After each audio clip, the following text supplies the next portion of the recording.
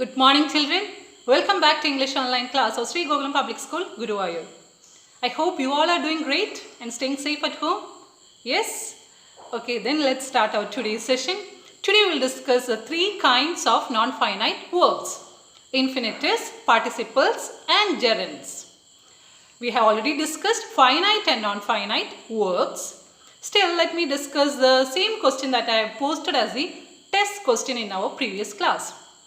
The question was, Sohini enjoys watching thriller movies. Here, which is a finite and non-finite verb, children? Here, enjoys is the finite verb and watching is the non-finite verb. Why watching is non-finite? Because watching is not affected by the subject, whereas enjoys is affected by the subject.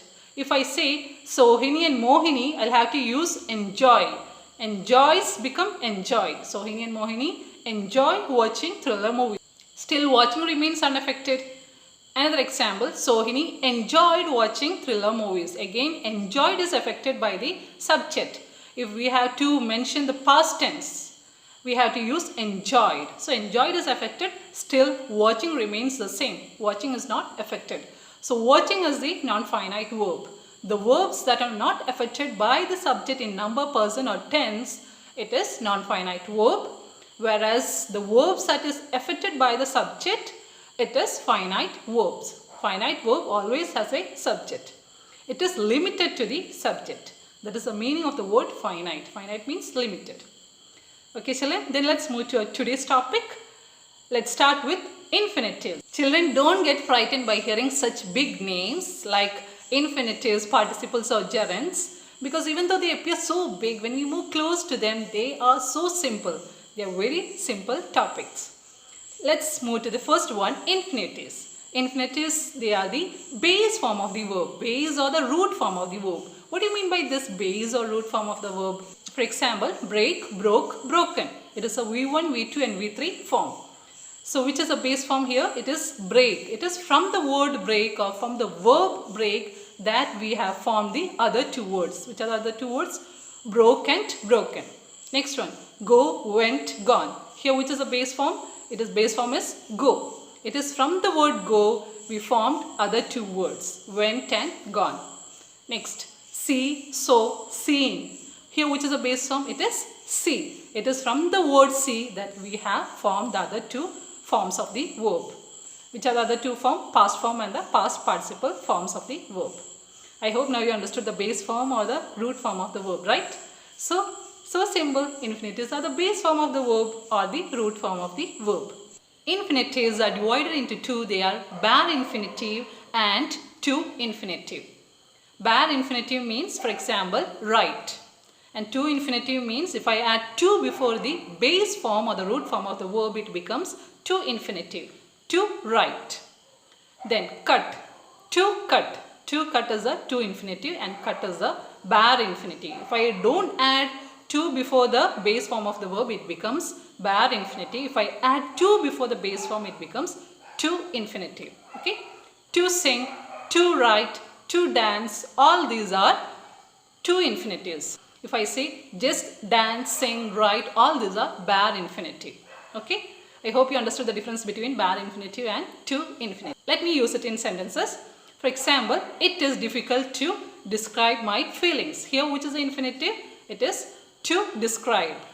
Then, I have decided not to participate in the competitions. Here, which is the infinitive? It is to participate. To participate is a to infinitive. Next, let's see what are the functions of to infinitives in a sentence. It can function as a noun. It can act as a noun in a sentence. So, noun, it usually comes as the subject and object of a sentence. It comes as a subject and object in a sentence. Let me use it in sentences. For example, to steal is wrong. Here, to steal is a to infinitive. It acts as a subject in this sentence. Next, to cut down those trees was a mistake. To cut is a to infinitive in this sentence and it acts as a subject in this sentence. I hope you know what is a subject and object in a sentence, right? For example, the boy kicked the ball. Here, which is the subject? The boy is the subject. And which is object? The ball. Who kicked the boy? So, we get the answer to the subject, the boy.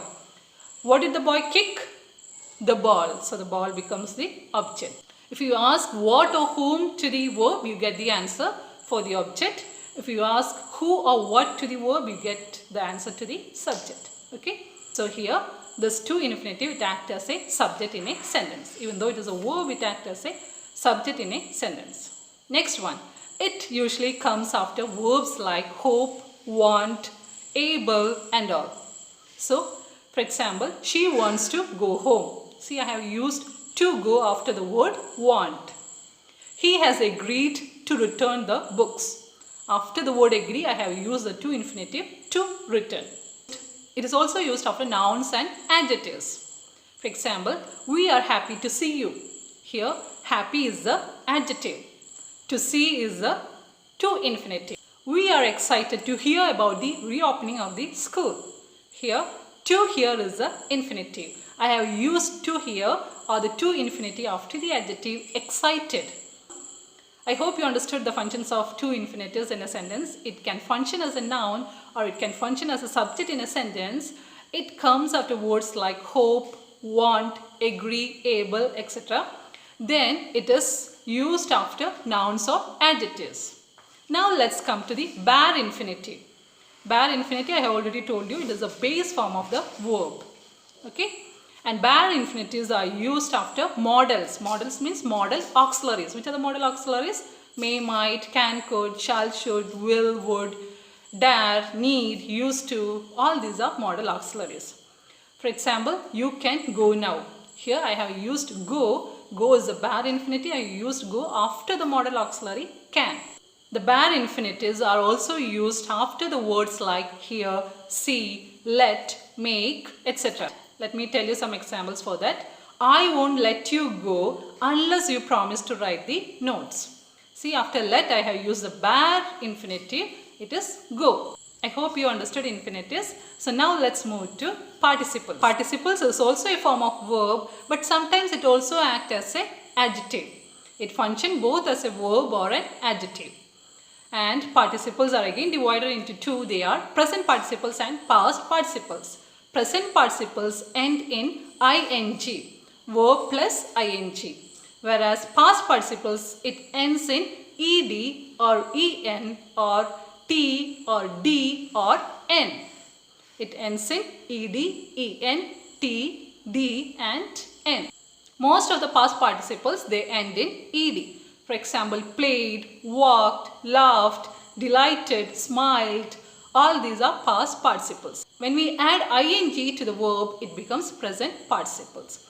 Sometimes it functions as a verb or sometimes it functions as an adjective in a sentence. Let's see some examples. For example, we had a spoken English class yesterday. Here, spoken is the past participle. But spoken here functions as an adjective because it describes the English class. What type of English class? It is spoken English class. Even though spoken is a verb, even though it is a past participle, it functions as an adjective in this sentence. So the participles, they look like verbs, but they function as adjectives or verbs in the sentence. Let us look at another example. The wounded men were removed to the hospital. Here, which is a past participle? It is wounded. Here, wounded function as an adjective because what type of men? It is wounded men. We are describing that man, right? So when we describe a word, it becomes an adjective. Here, wounded is describing the word men. So it functions as an adjective in this sentence, even though it is a verb. Another example, I have been writing a letter. Here, which is a present participle? It is writing because it ends in ing form. And here, it functions as a verb. And here, it functions as verb itself. Now, let's move to the next topic, gerunds. Now, gerunds is also known by the name verbal nouns. As I told you before, it may appear so big, the name may appear so big, but it is very simple. From the name itself, you might have got the meaning of gerunds. Verbal noun means it appears as a verb. It looks like a verb, but it functions as a noun. For example, eating too much food is bad for health. Here, eating is a gerund. Gerunds also end in ing, verb plus ing form. It functions as a subject in this sentence and it also acts as a noun. Another example, reading makes a full man. Here, reading function as a noun in this sentence. Here, no one is reading. We are telling about that action. We are just mentioning about that action. No one is reading here. That's why it is not a verb in this sentence. It functions as a noun in this sentence. If I say I am reading, it means I am reading now. But here, reading makes a full man. I am telling about that action. No one is reading here. So that's why it becomes a gerund and it functions as a noun. And here it comes as the subject of a sentence. It comes in the beginning of the sentence. Okay. Always the subject will not come as the beginning of the sentence. Another example, I like singing. Here singing is a gerund because it acts as a noun in this sentence. Even though it ends in ing, it acts as a noun in this sentence. And here in this particular sentence, it is the object of that sentence. Singing is the object. Another example, she is afraid of going out in the dark. Here after the preposition of, I have used going. Going is a gerund here. No one is going. I am telling about that action. So it doesn't function as the exact verb. Even though it looks like a verb, it does not act as an exact verb. Here it acts as a noun and it comes after the preposition. I hope you understood the difference between gerunds and present participles. Both the gerunds and the present participles, they end in ing, but the difference between them is gerund always function as a noun. It always functions as a noun. Whereas the participles, present participles, sometimes it functions as a verb, sometimes it functions as an adjective. That is the difference between these two.